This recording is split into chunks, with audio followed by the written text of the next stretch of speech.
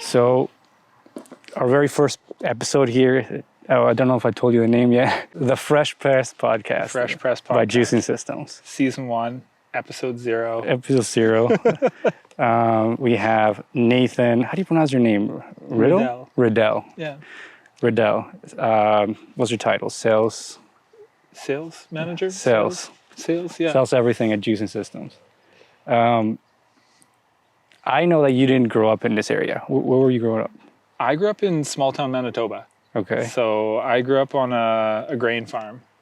And I guess, yeah, agriculture was always something that has been a big part of my life. And so when I was 17, I got the opportunity to move to Kelowna, actually, for a year. And I lived out there and finished my high school out there and kind of fell in love with the Okanagan Valley and central British Columbia, and told myself I was going to wind up back out here.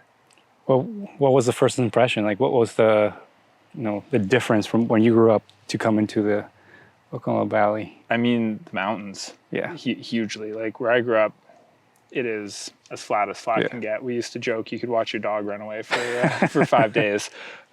So, yeah, coming into Kelowna for the first time was, the first time I'd really spent any appreciable amount of time in the mountains. And it's beautiful out here. Everything is gorgeous. And the outdoors has always been a big part of my life. So being able to, get out into the mountains and hike and have all the lakes as close as they are was really awesome. How did you meet, how did you get to like the industry? What was your first job there? Agriculture in general, I grew up farming, and I did lots of custom processing work and stuff back in Manitoba as part of our farm, our family farm. And then when I moved out here, I actually rented the place we live from Kristen and Remo. And I met Kristen the day we came to look at places, and she'd asked me what I was planning to do for work, and I didn't really have anything solid. I just knew I wanted to be out here. So we moved, and I just was going to figure it out on the way. And she asked me if, with my history working in ag, if I could drive a truck and trailer, and I told her I could. And check. Yeah, she asked me if I wanted to try mobile juicing.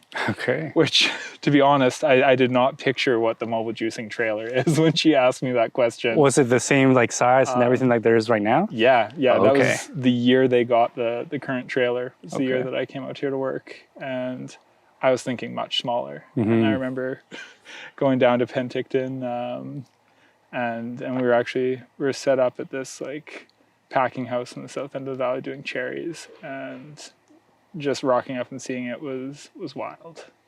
It's impressive how much fruit that thing eats. Yeah. How long did you last on the truck? I was actually the last one standing. So I worked right through until early November for them that year. Everyone else had kind of carried on their way as you do with seasonal work, and I again didn't have anything kind of set in stone that I wanted to do after that. I was really enjoying the season, and Remo actually wound up coming down to help with the last little bit of the pressing for the year. And that's kind of when I got to know Remo, and we got to talking, and he asked me a bit about my background in sales, and I explained to him what I'd done for work before, and he asked me if I was interested in potentially selling the equipment. Okay. And so we wrapped up the juicing season, and I took a little over a week off, and then started up with Juicing.Systems. How long was that? How long ago was that? That was in November of 2017. Oh, wow. Yeah. Okay, so what is that? 3 years? 5 years. It's not November, 2020 anymore. No, time flies. Yeah. 5 years. Do you have an itch of going back to some sort of agriculture, or is sales? It was really nice to be able to marry the two, to be honest. Agriculture is always something I've been passionate about. And when I talked to Kristen about sort of how she got into the mobile juicing and why she started it, and the whole story, she had about seeing all the food waste in the valley here with all the orchards and the cull fruit and the stuff that's not pretty enough to go to the store, really. And finding a way to process that and give it a life outside of a landfill, that was really special, I thought. And so having the opportunity to help people all over North America take what's essentially a waste product and turn it into food was huge for me. Like food sustainability is something I really care about. And then, being involved in the egg industry out here is just kind of a beautiful bonus to that. I mean, come on. We'll do a couple of shots so people can see the surroundings. But yeah, no. Yeah. What did you study? University? In university, Yeah. I did a psychology degree with a sociology minor. Okay. Yeah. So I was very good at sailing. Teaches you about people's wants and needs and motivations a little bit, no? Yeah, I think it helps you understand people, and I think the better you understand people, the better able you are to relate to them and to help them in the long run with, like to use the context of selling, absolutely. Yeah. Do you have a favorite book that you discovered, a person that you discovered in university? Nothing that springs to mind, not as a favorite, no. No? Sashoniskin or something? The Russian? No firm favorites, honestly. It opened my mind to a lot of different ideas, for sure, but I can't say there's one in particular that formed a philosophy, I guess. Okay. Because that's where people kind of go off the rails a little bit, but it won't go down that line. So like sales, what do you think sales is fulfilling in your life right now? I've always enjoyed helping people, and I think that especially in the context of like the kind of sales work we do, I think back to being on the other side of it, working on a farm, needing processing equipment and trying to sort of untangle everything that was out there and make significant decisions, purchasing decisions, right? That are a huge chunk of your investment in your business. And I've always understood how much we rely on that. Not only the equipment, but the people who provide it and service it and who give us the advice that ultimately leads to us making that decision. Mm-hmm. And so for me, being able to kind of take that knowledge that I gained through experience working the equipment and translate that into being able to help people decide if these machines are a good fit for them sort of fills that desire to help people and also to serve an industry that I'm really passionate about. Do you see that? Lost my train of thought. Let me think here. I got a good one, but I got lost in what you were saying. Since you began, so 5 years ago, what was the biggest shock that, learning about the industry that has changed in 5 years? Like the biggest innovations that you've seen, or the biggest pain points that you saw 5 years ago that you see maybe have changed now, or are they the same? That's a really good question. The cider industry has grown phenomenally in the last 5 years, and so in terms of that industry in specific, I think that huge strides have been made in terms of building resources and helping makers get their product to people in some way, shape, or form, right? There's better understanding and handle of how cider is defined. There's far more people making it and a wonderful community that networks at every turn and gives each other a leg up all along the way. In the fruit industry in general, I think the biggest surprise to me was just how much of the fruit that's not considered to meet grade goes to waste. And I think that with every system that we sell, we're saving a bunch of that cull or below grade fruit from winding up on the ground, rotting or in landfills or. That's how it was treated before. If they weren't juicing before, if it's not enough to put it's not pretty enough to put it in the grocery store, kind of what do you do with it? Let it rot or kind of toss it? Or it gets sold as seconds for juice grade or oftentimes things like cherries, especially being one of the big industries here. If that fruit is spoiling quickly and there isn't a market for it, it's going to go to landfill. Wow. And so being able to take that fruit and turn it into a shelf-stable product and to help people to do that was massive for me and a huge shock when I moved out here. I had no idea. Yeah. Yeah. No, I could see how, like, thinking of it that way, how big for that farm or for that orchard it is to be able to, call mobile juicing or getting their own equipment, and that stuff that we're throwing away now becomes revenue. Absolutely. I had a conversation very recently with a client of ours who was talking about how their vision for their orchard is zero waste, and asking them what that looked like. There's still 1 million pounds of fruit a year that is considered a waste stream product. Like there's no home for it, and so every product they can develop, every avenue they can chase, whether it's making a juice or making a cider or making a jam or a jelly or something preservable with that fruit, is less of that product that they're essentially paying to haul to the garbage. Mm-hmm. Kind of like as a business, like if you're throwing a lot of stuff and now you can use it as revenue, and now with multiple, like, people opening up their mind and social media coming in, I see a lot of younger, maybe third generation, maybe they're in high school, like taking it to TikTok and filming themselves in their apple orchards like their great grandfather had, and teaching about it, and just like showing the whole industry, which is farming, any kind of food growing, that back in the day anybody in the city doesn't even understand what it is, like the effort that it takes to grow food. Like some of the stuff Rima was telling me, that or like a video I saw about cherries, how when it rains, if they're not dry quick enough, they break it. Yeah. You can't sell that. So sometimes they throw their helicopter and fly a couple times to kind of get the water off the cherries. Yeah. And to me, that's like the expense of that gasoline, everything, just to save the face of the cherry so they can sell it. Like, absolutely, that's insane. What do you pay for a premium looking pound of cherries in the grocery store in Toronto? I have no idea. I would ask my wife because she loves cherries, but it's a huge value crop, and that's mm-hmm. why flying those helicopters over the fields makes sense, because that pales in comparison to the loss mm-hmm. that you'll incur if your whole crop spoils. Yeah.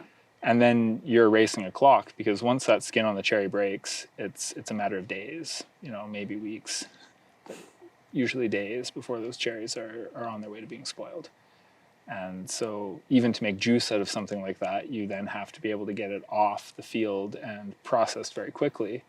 And it becomes a question of, is the cost of harvesting this in such a short time frame worth bringing this crop in and sorting it? Because mm-hmm. it all costs. But yeah, I think, to get at your sort of initial point, we are seeing that with the new generation of farmers. We're seeing a desire to change old practices and to diversify, and to, I think, also find sort of a sense of individualism and a little bit of self-expression, and a way to celebrate what your family's been doing for 100 years with your own sort of spin on it, so that you can find your passion there. And for a lot of people, that's making cider. For a lot of people, that's, putting up a sort of agritourism kind of facility on their farm, and having, fresh cider pressed on site, and having the preserves and the apple pies and the corn mazes and the pumpkin patches mm-hmm. and the you-pick fruit. I think people take a lot of pride in the history of their farms too, right?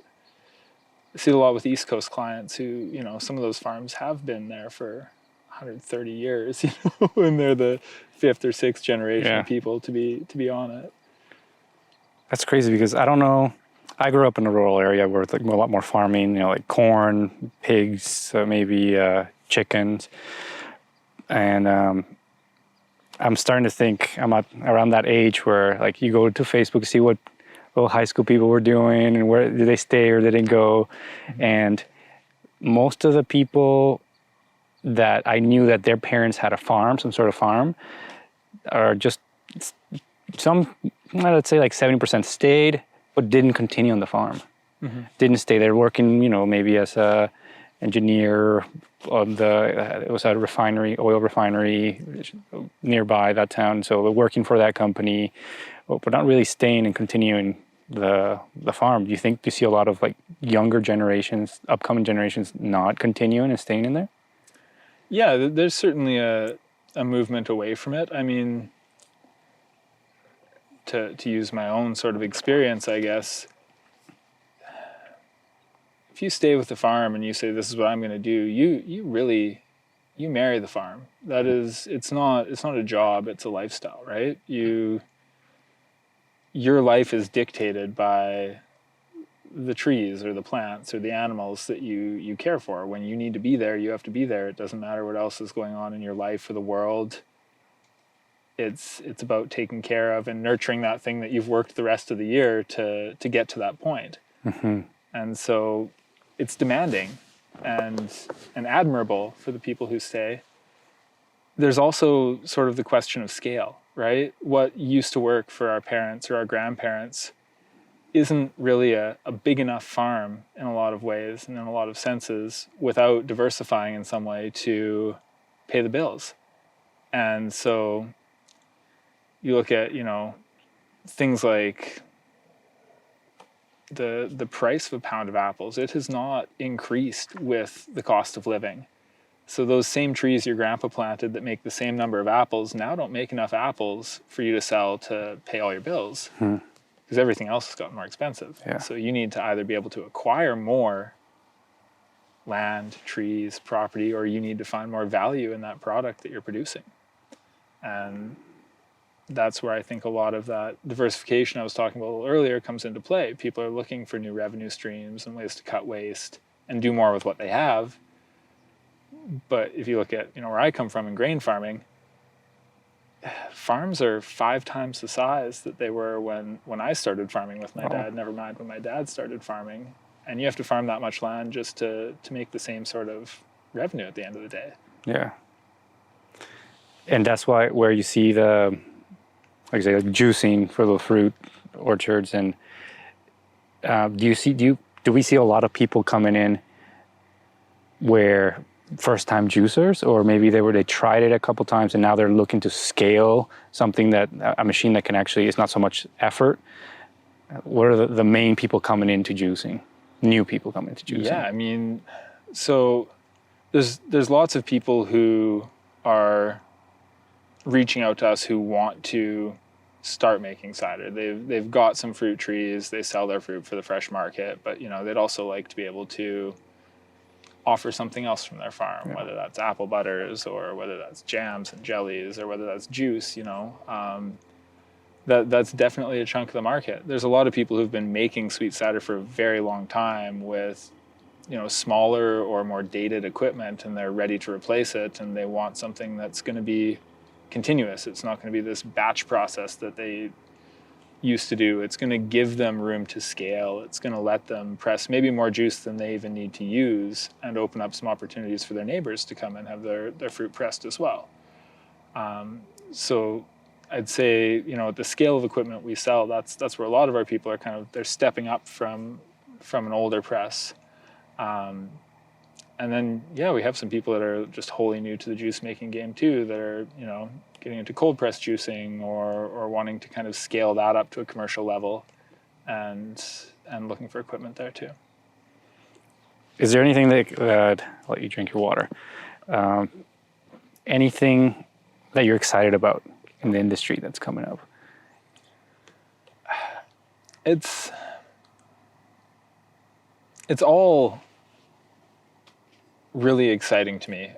Yeah, that's the right answer. it's kind of hard to choose.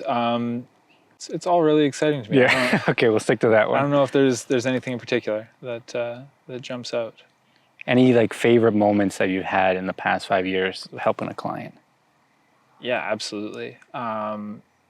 There's a handful. I mean, one of the first systems I sold to a cider maker / winemaker when I started with Juicing.Systems brought in a sort of different product for them and for their area, which was bag and box juice. which is something that I thought was really, really cool when I started making it with Okanagan Mobile Juicing when I moved out here. And the reason I love it is because, you know, a lot of sweet cider or apple juice that you get like from a farm pressed was something you get in a half gallon or a gallon jug, and you know it's good for a week or something. You bring it home, you put it in the fridge, and you try and drink it all before it goes bad. And the bag and box thing was so cool to me because like we process it, we pasteurize it, we hot fill it into these bags, and we see like 6 to 9 months of shelf life. Wow. Unrefrigerated, unopened, depending on pH and a couple other things. And once you've opened it and put it in the fridge, you still have that box in there for like a month and a half, 2 months, you know, so it's not like a race to drink this juice you brought home. You can enjoy it for longer. And they kind of took a leap of faith and thought the product was really cool too. And they decided, yeah, we're going to purchase a system to do this. And it's funny you ask, because I got an email from them this morning, and they're looking for a bigger bag and box filler. They're like, we could be doing, you know, thousands of gallons a week of this sweet cider. Like, it's taken off. People love it. People want it. And so being able to bring something like that to a company and for them to be able to just like not have to do this like weekly pressing schedule or worry about like the stuff they have expiring, they just crank out juice as they need it. And it's good to just sit there. And so it's better for their clients. It's better for them as a business. It, you know, again, is just less waste at the end of the day. And it's been a smashing success for them. And there's a few clients that come to mind who have the exact same story. You know, I don't have to have fridges plugged in and running at every one of the tills in my fruit stands. I just have a stack of these by the checkout, and people can grab them as they want. Or I don't have to worry about how much juice I'm making every week. I just process what I need to process for the fruit, and I put that juice to the side, and I know it's going to go right. So that's definitely one of my favorites. Another one was a cold pressed juice client of ours that I think just an increased yield from their ginger alone that they're processing, their press paid for itself in like months. And so, you know, for them, they're over the moon. They're ecstatic because they have this super expensive produce, and now they're getting 5, 10, in some cases 15% more yield out of it than they were with the other way they were pressing. And it's just been a smash hit, right? Like, client in Toronto comes to mind who used to press like 4 days a week and presses 1 now. Like, you know, they're saving on overhead. They have more time to dedicate to other aspects of their business. They're just happier. And that's the win for me is calling a client 6 months, a year, 2 years later and having them say, yeah, this sort of changed the way we do it. It transformed our business, or it gave me more time to dedicate to like this part of the business that I'm super passionate about. Or just spend time with family, like. Yeah, absolutely. There's a cider maker of ours who said, you know, like his wife's way happier because he gets home earlier now, which is awesome. That's a huge win. Anything you want to add before we close it up? Honestly, I appreciate you sitting down, taking the time to chat. I'm looking forward to many future episodes of this podcast. Maybe you interviewing some other people? Yeah, I'm happy to be back anytime, and absolutely happy to ask some questions. Yeah. Perfect. Thank you. We're done. Sweet.